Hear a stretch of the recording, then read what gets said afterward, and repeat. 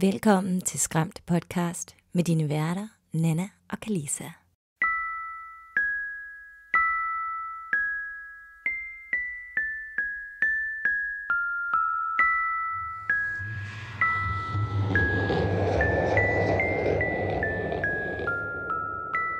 Hej Kalisa, Hej Nana.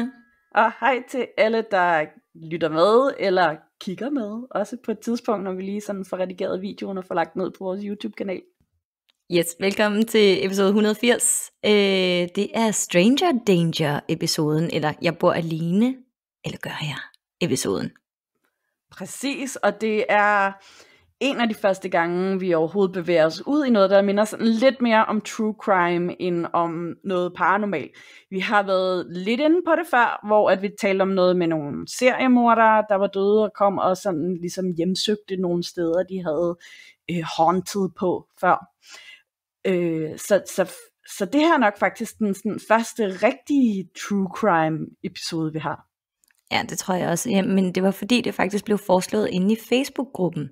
Der var en, som sagde sådan, kan I ikke tage det tema, fordi det er simpelthen, det er så klamt, og det er så uhyggeligt. Og vi var sådan lidt, jo, det er lige det, vi skal. Altså, dagens tema, det handler jo om, at man bor i et hus eller en lejlighed, og så synes man hører ting, og ting begynder at flytte sig, og så viser det sig, at man var slet ikke alene i den her lejlighed eller i det her hus. Der er nogle andre, der bor sammen med dig. Skjulte roomies. Det er jo ulækkert. Nenne, ved du hvad, det har faktisk et navn. Hvad hedder det? Det hedder progging. Progging, det er rigtigt. Det fandt jeg faktisk også i, mens jeg sad og researchede det her emne. Ja, jeg var sådan lidt, nå okay, ja. Ja, fordi at hvis du går ind og er på forladte sider, ikke sider, men hvad hedder det nu? Forladte steder, og du bosætter dig i et tomt hus eller sådan noget, så hedder det jo squatting. Ja. Men hvis du bosætter dig i et beboet hus eller hjem, så hedder det jo bare progging. Og jeg synes, det lyder så klamt, og det staves P-H-R-O-G-G-I-N-G. Så progging. Eller frogging. Frogging, ja, okay. Ikke det lyder mere lækkert, men altså... Ja, jeg synes næsten, det lyder klammere. Ja, faktisk. Men det, jeg tror, det er rigtig mange største frygt. Og vi har også haft et par lytterberetninger, hvor folk jo har snakket om det der med sådan, jamen, jeg er sgu helt nervøs for, om det er spøgelser, eller om der faktisk er nogen i mit hus lige nu. Fordi og det her, det er næsten mest uhyggeligt. Ja, jeg synes 100% det er mennesker, der er mest uhyggelige, altid. Ja, og så bare fordi det er så sært og sådan out of the norm, altså det er sådan, det er så ekstraordinært underligt, når det sker, og det er det jo så bare alligevel ikke, har vi jo så fundet ud af, det har et helt begreb, og i researchen også, der fandt jeg også bare ud af, hvor mange sager der er om det her. Der er sådan top 100 lister over de her tilfælde af folk, der finder folk, der har boet i deres hjem på en eller anden måde, uden at de har opdaget det i et stykke tid. Og vi talte jo om det før, jeg kan ikke huske, hvad episode det var, men der var vi inde på nogle sager, hvor jeg blandt andet refereret til nogle sager, jeg har læst om tidligere, der virkelig har creepet mig ud omkring en kvinde, der boede i en mands køkkenskab, og en kvinde, der fandt en hel lejlighed bag sit spejl på badeværelset. Men jeg glæder mig også bare virkelig, virkelig meget til at fortælle de her 3 historier, jeg har taget med, fordi det her, det var en sindssygt spændende research. Ja, det var så. Altså, hvor man bare har fundet meget. Altså, mens man ledte efter noget. Jeg ledte jo efter noget specifikt, fordi jeg ville finde den historie, jeg selv havde refereret til før. Men hvor jeg også bare fandt mange virkelig uhyggelige ting og sager i mellemtiden. Ja. Det kan være, at vi bare skal kaste os ud i det. Skal jeg lægge ud, fordi jeg har fundet noget faktisk her fra Danmark? Ja, du starter. Yes. Denne gang, der er det jo ikke et paranormalt emne, men det er et emne, som er blevet ønsket for nylig, fordi vi har været lidt inde på det.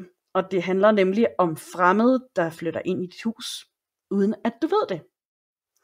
Det er ikke så ualmindeligt, at fremmede flytter ind i for eksempel sommerhuse, og jeg fandt en notits i Jyske Vestkysten, som siger, det her skete i Gråsten. Ejerne af et sommerhus ved Sandagervej fik sig lidt af en overraskelse, da de mandag kom hjem til deres hus. Her var der aflistet en rude i et vindue, men der var tilsyneladende intet stjålet. Men der var tydelige spor efter huset havde været beboet. Der var for eksempel lavet mad i sommerhuset. En mand fra Svindinge opdagede også, at en mand havde boet i hans hus, mens han havde været væk i nogle dage. Og her er der en artikel om det fra avisen.dk. Man kender historien om Guljok af de 3 bjørne.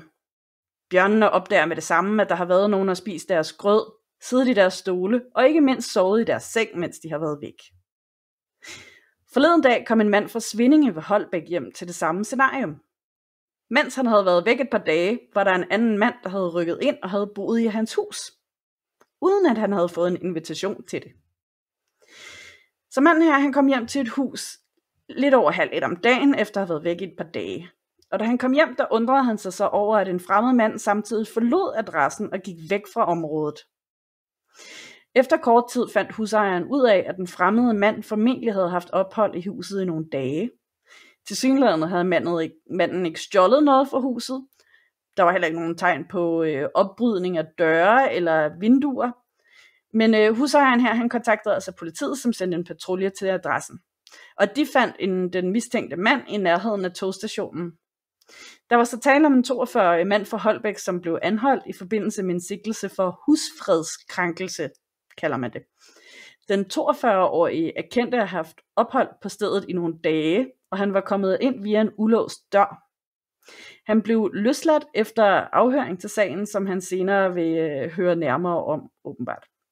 Politiet har også udfærdiget en rapport til de sociale myndigheder i Holbæk Kommune, så der kan tages stilling til, hvorvidt den 42-årige har behov for støtte eller hjælp i anledning af denne straffesag. Men altså, det er sådan lidt mere skummelt, når der er nogen, der flytter ind i et hus og bor der samtidig med, at man selv bor der. Fordi det her er jo sådan, ja, altså det er jo sådan meget Guljok-agtigt, men trods alt er du ikke selv til stede, mens de kommer ind i huset og lever der, uden at du sådan rigtig opdager det. Det er altså noget mere over grænsen. Ja, det synes jeg også, fordi her er det sådan lidt mere, så føles det mere bare som sådan et indbrud, hvis man kan sige det sådan, ikke? Altså så, jeg var ude, der var en anden, der kom ind, og så var klam med mine ting, og var mit sted, ikke? Men jeg tror, jeg vil sådan være endnu mere på røven over, at hvis der var nogen, der boede der samtidig med mig. Altså fordi, hvad vi gør, når vi er alene, det er jo også det. Ja. Og der er nogen, der har så hørt, at man sådan har muslet rundt, eller man har, det ved jeg ikke, set, at man har pillet næse, eller bare den der klamme følelse af at have været overvåget. Det er sådan noget, der virkelig sådan klamt. Det er super, super, super klamt. Yes. Og jeg har jo en her fra Japan, hvor det faktisk er tilfældet. Mm-hmm. Det her, det er jo nok den mest, hvad kan man sige, ikoniske sag om frocking. Fordi det her, det er sagen om Tatsuko Horikawa. Jeg beklager altså mine udtaler, men jeg prøver mit bedste, ikke også? Det her, det er en 57-årig japansk mand fra Kasugawa, Fukuoka, og han har delt sit hjem med en hemmelig lejer i et helt år. Forud for opdagelsen, så havde manden her godt bemærket, at der altså var nogen, der stjal hans mad fra hans køleskab. Han havde mistanke om, at det var en indbrudstyv, og så installerede han nogle sikkerhedskameraer, der sendte live optagelser fra hans hjem til hans telefon. Og så en skæbnesvanger dag modtog han en video af en fremmed kvinde, der åbnede hans køleskab. Han ringede straks til politiet, som jo så tog ind i hans hjem i håb om at fange tyven. Men politiet blev ganske overrasket, da de fandt dørene og vinduerne låst og intakte uden tegn på indbrud. Ikke desto mindre så gik de ind i hjemmet, og de troede, at tyven måske stadigvæk kunne være inde i huset. Politiet fandt ingen spor efter tyven, før de tjekkede en hylde over mandens skab. Indenfor så fandt de sammenkrøbet den 58-årige Tatsuko. Undersøgelser afslørede så, at hun hemmeligt havde boet i andre huse i området, inden hun havde fundet mandens hjem her. Og så havde hun boet et år, inden hun blev fanget op under det her skab, eller op over det her skab. Politiet fandt også ud af, at beboeren ikke kun uvidende havde delt ud af sin mad og sine køkkenfaciliteter, men faktisk også sit soveværelse og sit badeværelse. Horikawa sov tilsyneladende op på toppen af skabet, hvor at beboeren opbevarede sin madras, altså en futon. Og pladsen over skabet var lige præcis stor nok til, at hun kunne ligge lodret deroppe. Og heroppe, der sov hun så på sin egen tynde futon, omgivet af flasker med vand. Og som om hun måske havde lidt skyldfølelse over at trænge sig sådan på for den ældre herre, så gjorde hun faktisk også huset pænt og rent og ryddeligt. Hun minimerede alt sit rod og gjorde også mandens toilet og brusebad rent, efter hun havde brugt det. Det blev også bekræftet, at hun hverken havde stjålet penge eller nogen som helst værdigenstande. Hun var bare en hjemløs, der tilfældigvis havde fundet et sted at bo. Jamen det er så langt ude, altså, og det er jo skide synd for de her mennesker, synes jeg. Altså, jeg har ondt i hjertet, fordi der er jo ikke nogen, der gør det her, bare fordi det er fedt. Altså, fordi det er jo ikke fedt. Det må jo være så super nederen at leve på den måde. Og det var netop det, jeg tænkte på. Fordi det, der gør det klamt, den her historie, det er fordi, det har varet i mere end 12 måneder. Ja. Du har boet i en kiste i mere end 12 måneder. Hun skal jo være stille, når han er hjemme. Du kan ikke være sikker på, hvornår du kan få lov til at gå ud og tisse. Du kan ikke være sikker på, hvornår du kan gå ud og tage dig en bid mad. Og så skal du bare ligge der og lege spøgelse. Hvad gør det ikke ved ens sind? Ja, altså, det synes jeg er det creepy her. Ja. Fordi ellers så synes jeg egentlig, hun lyder som en super sød kvinde. Og hun har sikkert været sådan, i Japan, der er det jo, ret, hvad kan man sige, der er ikke super gode sociale faciliteter for at tage hånd om dem, som er hjemløse, og især ikke kvinder, fordi det er så snart du ligesom falder igennem systemet, så der er ikke rigtig nogen til at gribe dig. Nej. Og jeg tror helt sikkert, at hun har været offer for et eller andet, som bare sådan har ødelagt næsten hele hendes liv. Så, det kunne man godt forestille sig her. Ja, og så er hun så blevet nødt til at gøre det her som den eneste udvej. Men der er jo faktisk også hele K-dramas og J-dramas, altså romantiske drama-serier fra Japan og fra Korea, som jeg har set i hvert fald, hvor at det er sådan noget, I'm your secret roommate, hvor der er så en pige, der bor i huset som hendes chef, fordi hun er blevet hjemløs, fordi at hun har været i nogle problemer, og så vil hun ikke indrømme, at hun har brug for et sted at bo, så hun bor der hemmeligt. Og det er jo sådan lidt mere cute, men så stadig det er creepy. Ja, det er super creepy, altså. Ja. Jamen det er det. Altså man hører jo også tit faktisk, at folk de sover på deres arbejdspladser eller sådan noget, fordi de er hjemløse i perioder og sådan noget, men det er jo sådan lidt mere, det ved jeg ikke, det føles bare lidt mere tilforladeligt, fordi man ikke ligesom trænger ind på nogle andre folks intimsfære, tror jeg. Ja. Det må være det. Men altså, jeg har jo nærmest samme historie, og det er jo så den, jeg refererede til for et par afsnit siden. Og altså, det er virkelig meget den samme historie. Okay, jeg glæder mig. Ja. Overskriften er, en mand satte et kamera op i sit hjem, efter at han havde bemærket ting, der forsvandt på mystisk vis, og så fandt han ud af, at en kvinde havde boet hemmeligt i hans skab. Joe Cummings fra Manhattan i New York, han hævdede tilbage i 2009, da videoen første gang blev delt, at nogen havde tisset i hans køkkenvask og stjålet hans mad. Så han satte kameraet op for at komme til bunds i det, og opdagede så, at en fremmed havde luret i hans køkkenskab hele tiden. I de grynede nattesynsoptagelser, der kan man se en skikkelse hoppe ud af et højskab, forsigtigt træde ned på et bord og så ned på gulvet. Kvinden her, hun går så direkte over til håndvasken, køkkenvasken, hvor hun tisser, før hun så åbner køleskabet for at forsyne sig med nogle drinks og nogle snacks. Så sætter hun sig hen i sofaen og ser noget fjernsyn, og så vender hun så tilbage til køleskabet for at få noget mere mad, inden hun så gemmer sig igen, da hun kan høre Joe, han kommer hjem og står og rasler med nøglerne ud i entréen. Så snart Joe han så de her optagelser, så ringede han selvfølgelig til politiet, som kom og fandt kvinden i skabet og anholdt hende. Og de siger, at det så ud som om, at hun havde boet deroppe i omkring 2 uger. I kommentarerne til videoen på YouTube, der skriver Joe, jeg aner ikke, hvordan hun er kommet ind. Jeg bor på allerøverste etage i ejendommen, og den eneste mulighed, hun har for at kunne komme herind, det er gennem vinduet via brandtrappen.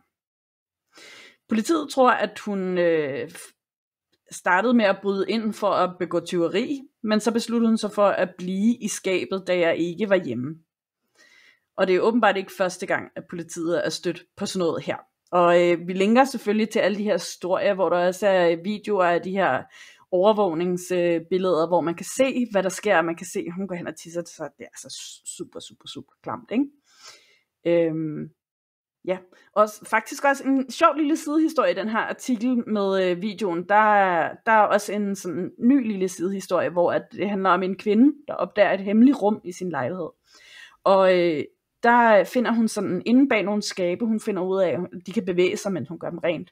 Så er der et lille sådan opbevaringsrum bag et af de her skabe, og så kigger hun derind, og hendes søn, tror jeg det er, siger til hende, du skal lige prøve at filme, når du går derind, så man kan se, hvad det er, ikke?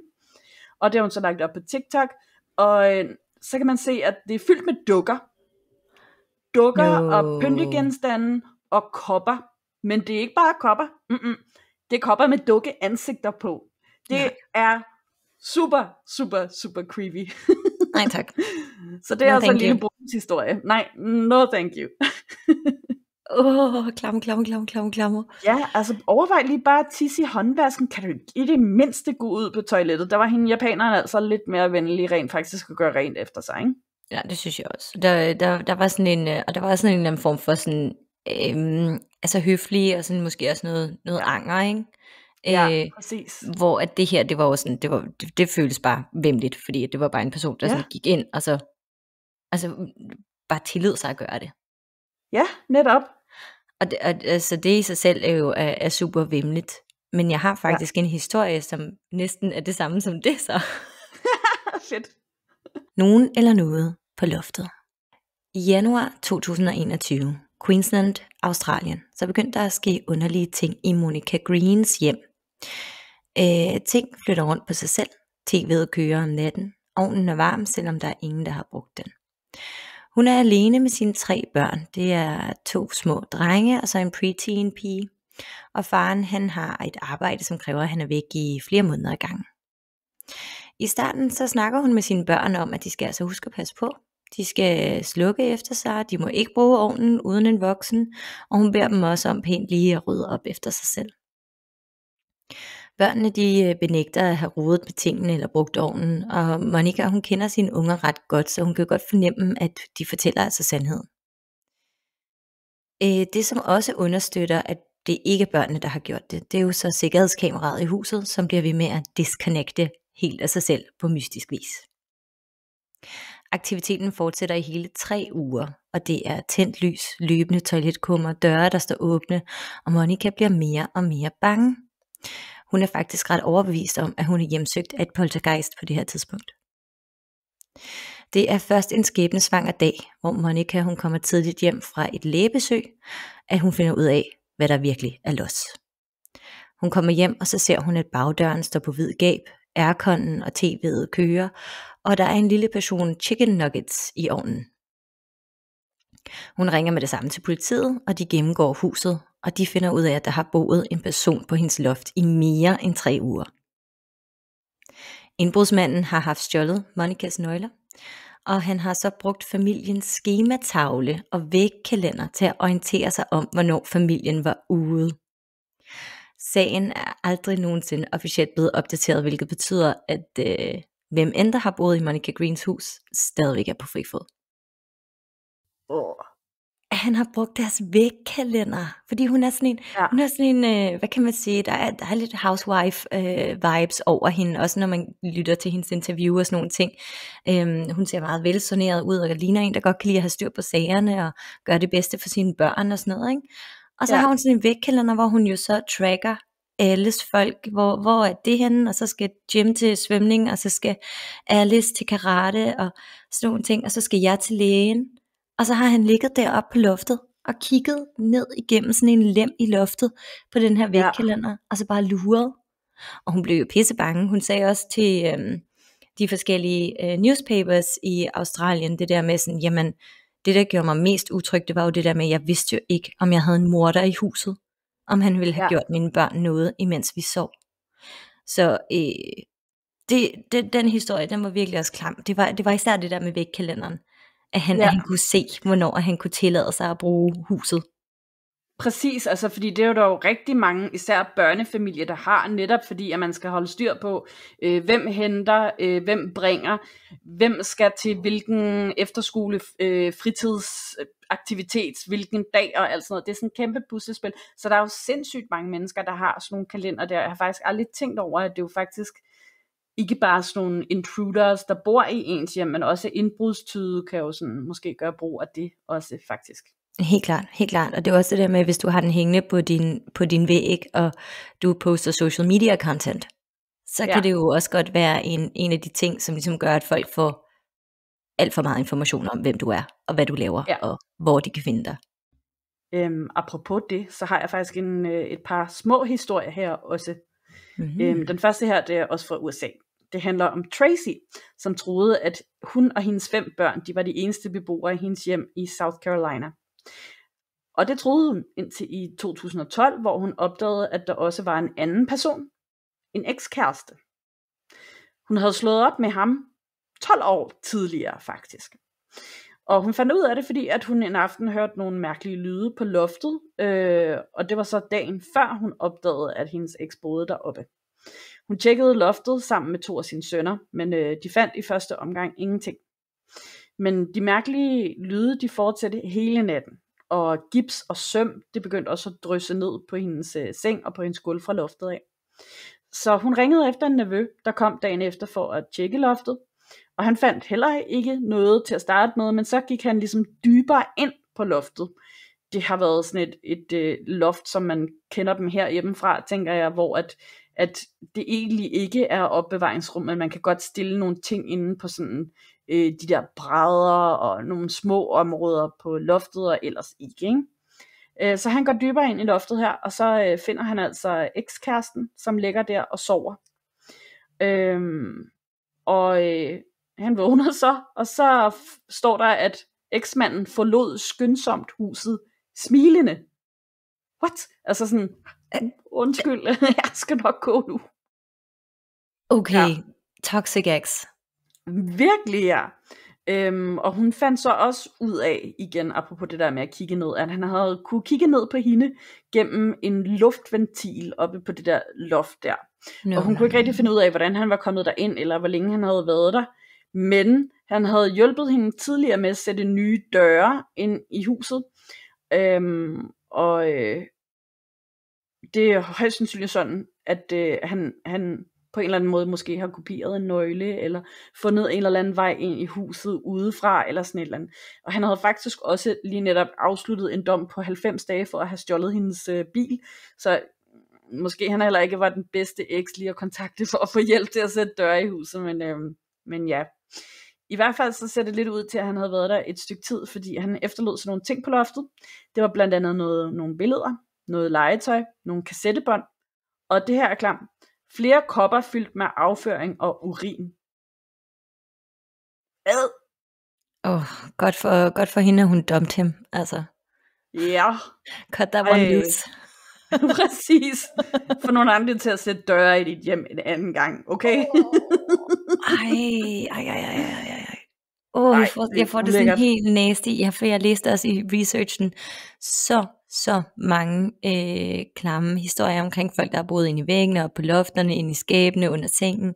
Alle de her forskellige ting, hvor at det også bare sådan har været spandefyldt med afføring og hvor skal de ellers gøre af det? Det er jo det.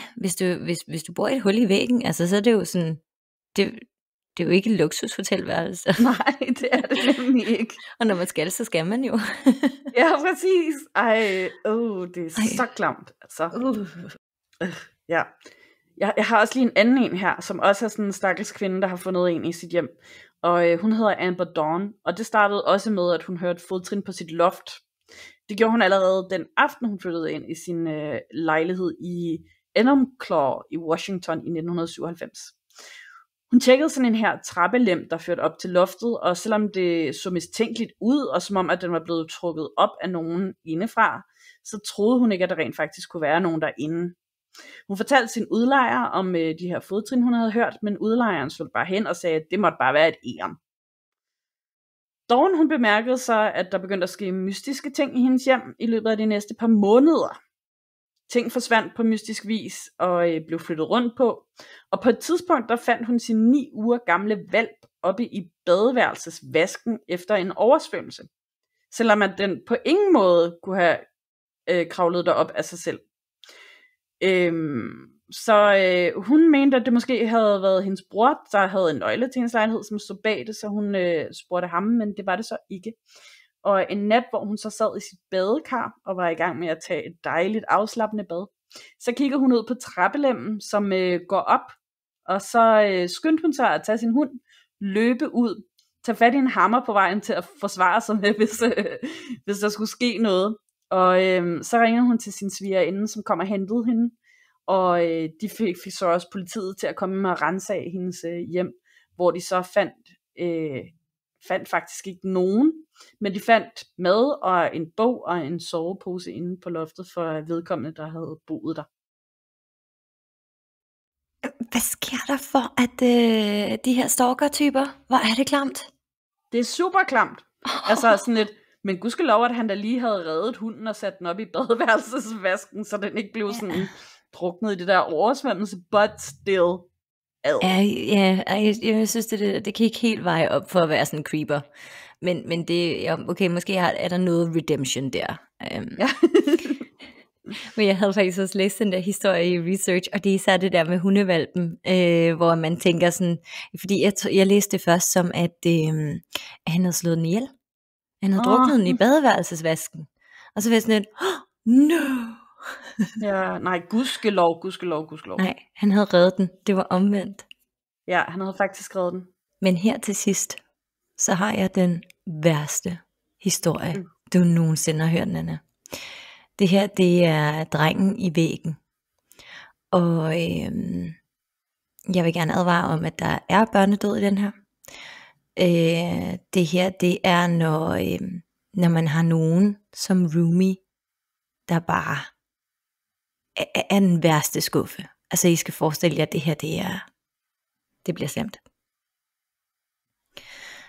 Jeg ved ikke, om I kender til Danny LaPlante, men jeg kan lige fortælle jer lidt om ham. Danny LaPlante har levet et enormt tragisk liv. Han bliver født ind i en familie, som mishandler ham. Og især hans far, både fysisk, mentalt og åndeligt. Danny, han har ikke særlig gode odds for at blive, hvad kan man sige, et sammenhængende menneske. Og det er det også, da hans high school sender ham til psykolog, at de kan se, der er noget ruskende galt op i hovedet på derværende 14-årige Danny. Danny, han går til psykolog 2 gange om ugen i et helt år. Og psykologen viser sig også at have mishandlet ham. Både seksuelt og fysisk. Så da Danny han bliver 15 år gammel, det er bare lige for at male et billede af, hvem det er, der nu går rundt herude i verden.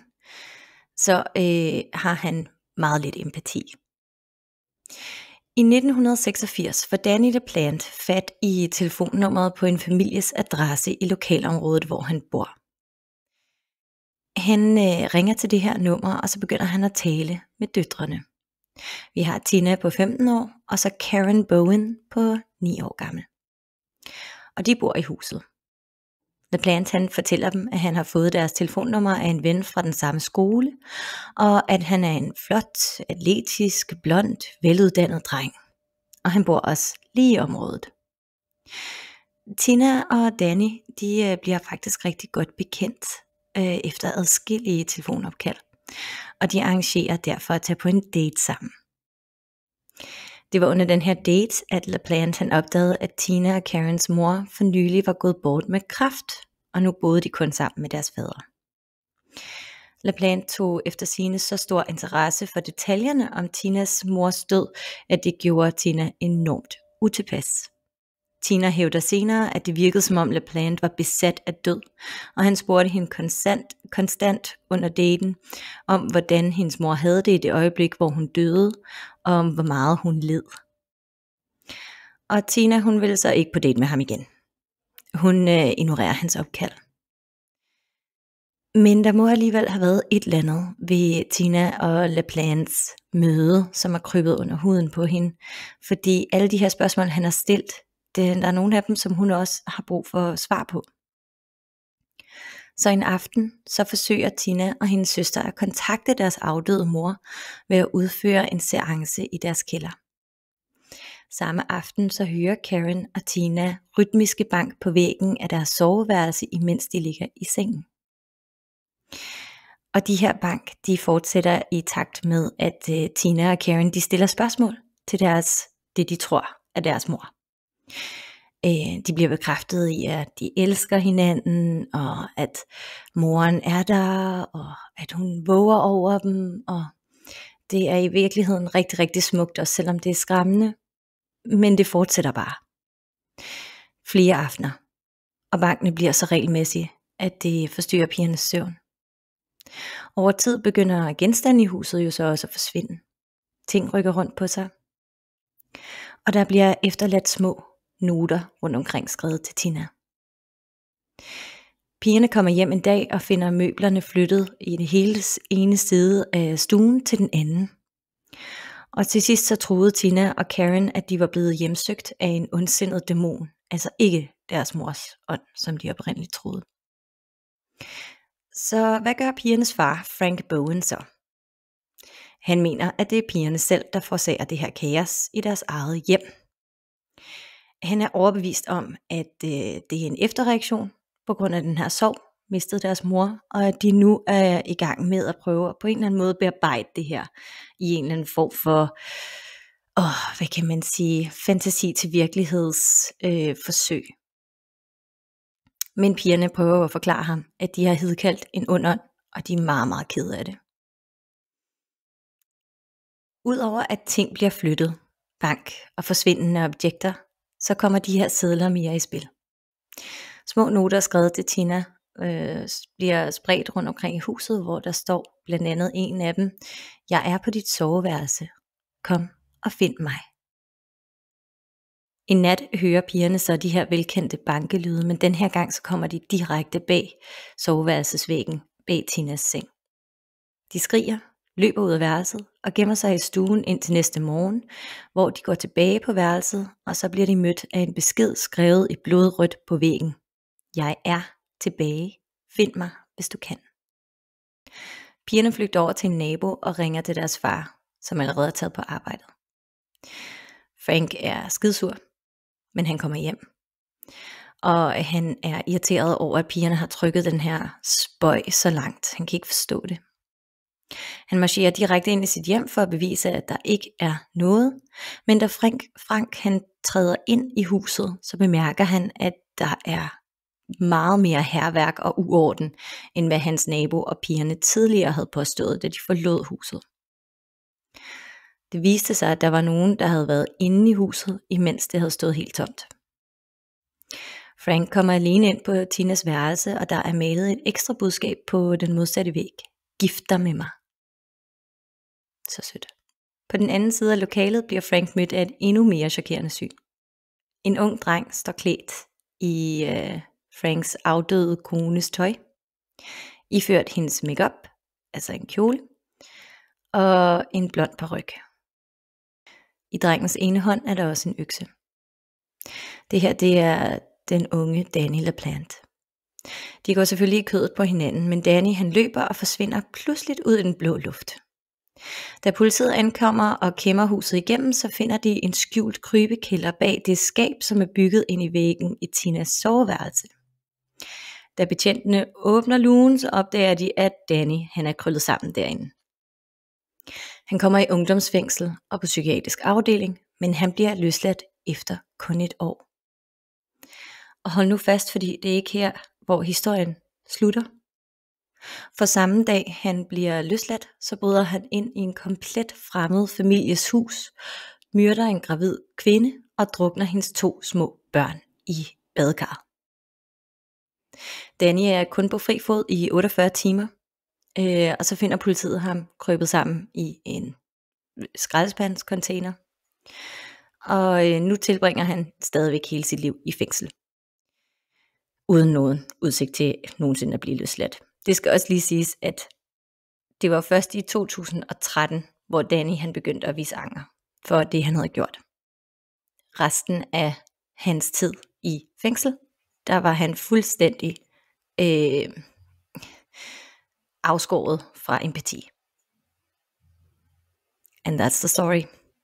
Ej, det er sygt klamt, altså også fordi det er så ondskabsfuldt og manipulerende, altså. Ja, men det var netop også en af de ting, som politiet bed rigtig meget mærke i. Det var, at han kunne godt lide at fuck med folk. For det var jo ham, der tog kontrollen tilbage. Det der med, at han har haft et super tragisk og uretfærdigt og grusomt liv. Og så skal han bare give al den smerte videre. Men at de kun holder ham et år i juvie, det er jo blæst. Altså, det kan man jo slet ikke forstå. Der er så, nu kan jeg heller ikke finde det danske ord, men sådan ekstremt. Elaborate, altså noget, der er så voldsomt udtænkt, også og planlagt, og foregår over så lang tid, altså, og detaljeret også. Ej, altså, at det kun kan udløse et år, det forstår jeg simpelthen heller ikke. Det er godt nok vildt. Jeg synes også, det var meget slående i den her case. Og så også det der med, at han bare så kommer direkte ud af fængsel. Og det første han gør, han går bare ind til en random familie, og så bare lige slår dem ihjel. En gravid kvinde og 2 små børn. Det kan ikke blive værre, altså. Nej, det kan det næsten ikke. Så det poor Danny, men jeg må indrømme, at jeg har faktisk ikke særlig meget sympati for ham. Nej. Og jeg tror også, det er herfor, at jeg ikke lytter eller læser eller ser særlig meget true crime, fordi jeg synes faktisk, at det her, det er noget, der sådan, det giver mig en anden form for kuldegysninger. Det giver mig den der ubehag, den der kvalmende fornemmelse af, hvad er det egentlig mennesker er i stand til at gøre ved hinanden og ved sig selv og alle de her forskellige ting. Men lige den her LaPlante, det var jo også det der med, at han så efterabede at være moren. Ja, altså imiterede virkelig, moren. Ja.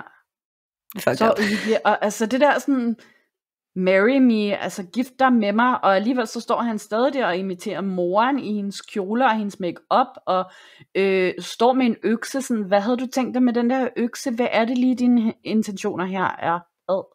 Ja, men han er igennem hele sit liv blevet beskrevet af klassekammerater og sådan nogle ting som extremely creepy and weird, men det kan man jo godt forstå, når han aldrig har haft chancerne for at være et almindeligt menneske. Ja. Det er virkelig et ulækkert emne, det her. Velbekomme, det var det, jeg havde med i dag. Nam. Ja. Men jeg har faktisk nogle skræmtips her til allersidst. Yay! Fordi hvis I ikke har fået nok af uhyggelige historier om folk, der bor i huset sammen med dig og sådan nogle ting, så er der faktisk 2 film. Den ene film, den hedder Under the Bed fra 2012, og den anden, den hedder The Boy in the Wall fra 2023, og det er begge 2 nogen, sådan som jeg kunne læse mig frem til, der er sådan løst baseret på hele det her, hvad kan man sige, mormysterie omkring Danny LaPlante, i hvert fald den her obsession. Der er også en bog, som handler om Danny LaPlante, og det er så The Boy in the Walls af Joe Turner. Så hvis det er, at man lige skal have lidt mere klamhed, så kan man finde det der. Og der er Danny så musen for de her 3 værker. Altså jeg æder sådan noget råt, så det skal jeg ud og finde med det samme.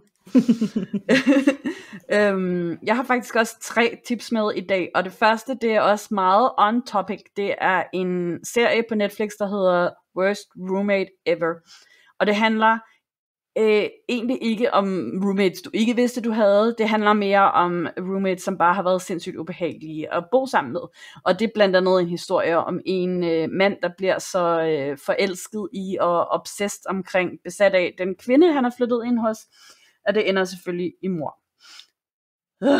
Og så er der også en sag omkring, hvor ubehagelige de her og underlige lovgivningen kan være i USA, fordi at det er sådan noget med, hvis du først flytter din adresse til et eller andet sted, så kan du ikke bare blive sat på gaden. Så det besværligt gør det rigtig meget at finde ordentlige roommates, fordi du kan ikke bare smide dem ud igen. Det er ikke bare noget med, at selvom de egentlig bryder, hvad der står i lejekontrakten, så kan du ikke bare sætte dem på gaden. Og det er der selvfølgelig rigtig mange ubehagelige mennesker, der udnytter.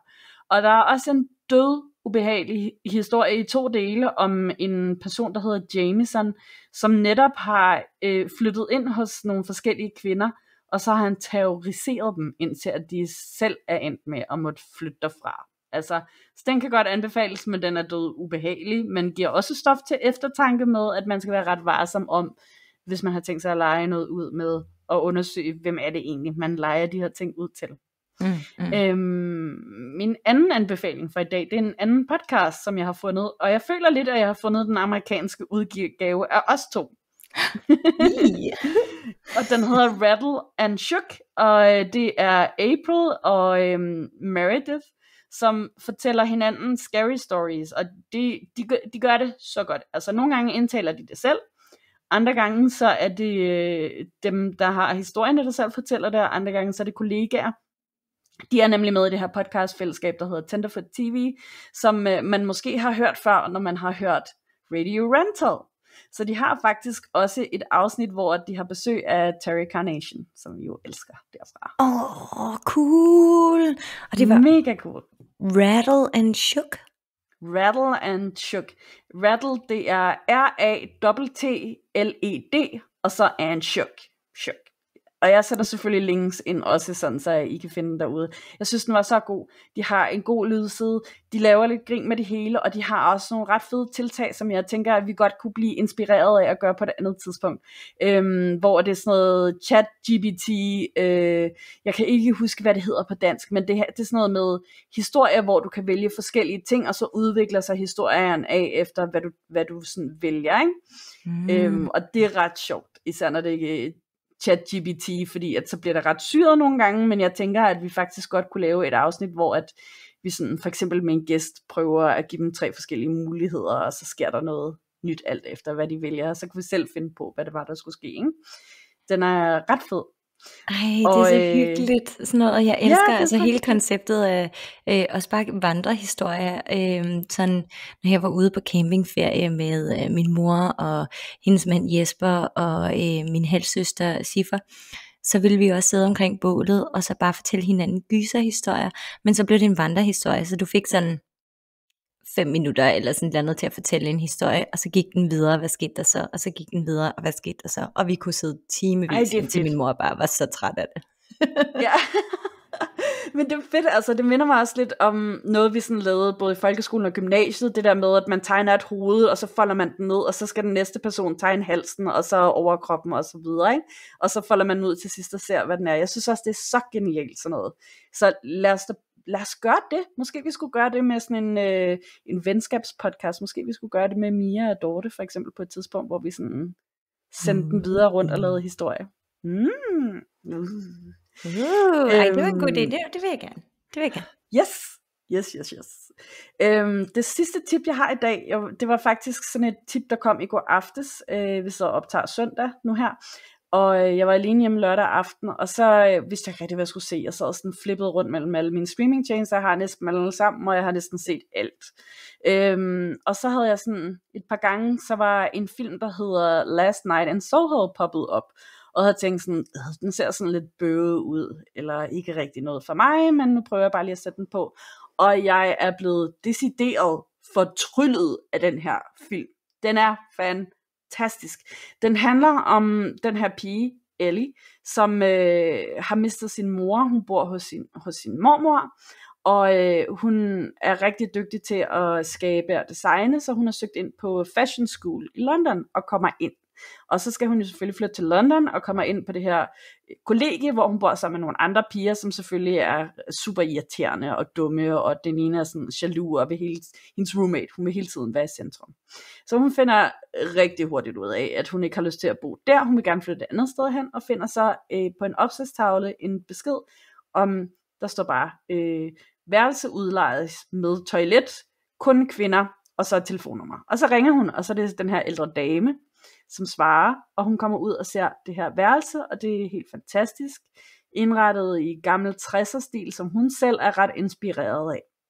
Så hun flytter ind med det samme, og så finder hun ud af, at der er hun har også nogle evner, hende her, Ellie. Hun har nemlig kunne se sin mor tidligere også, selvom moren er død.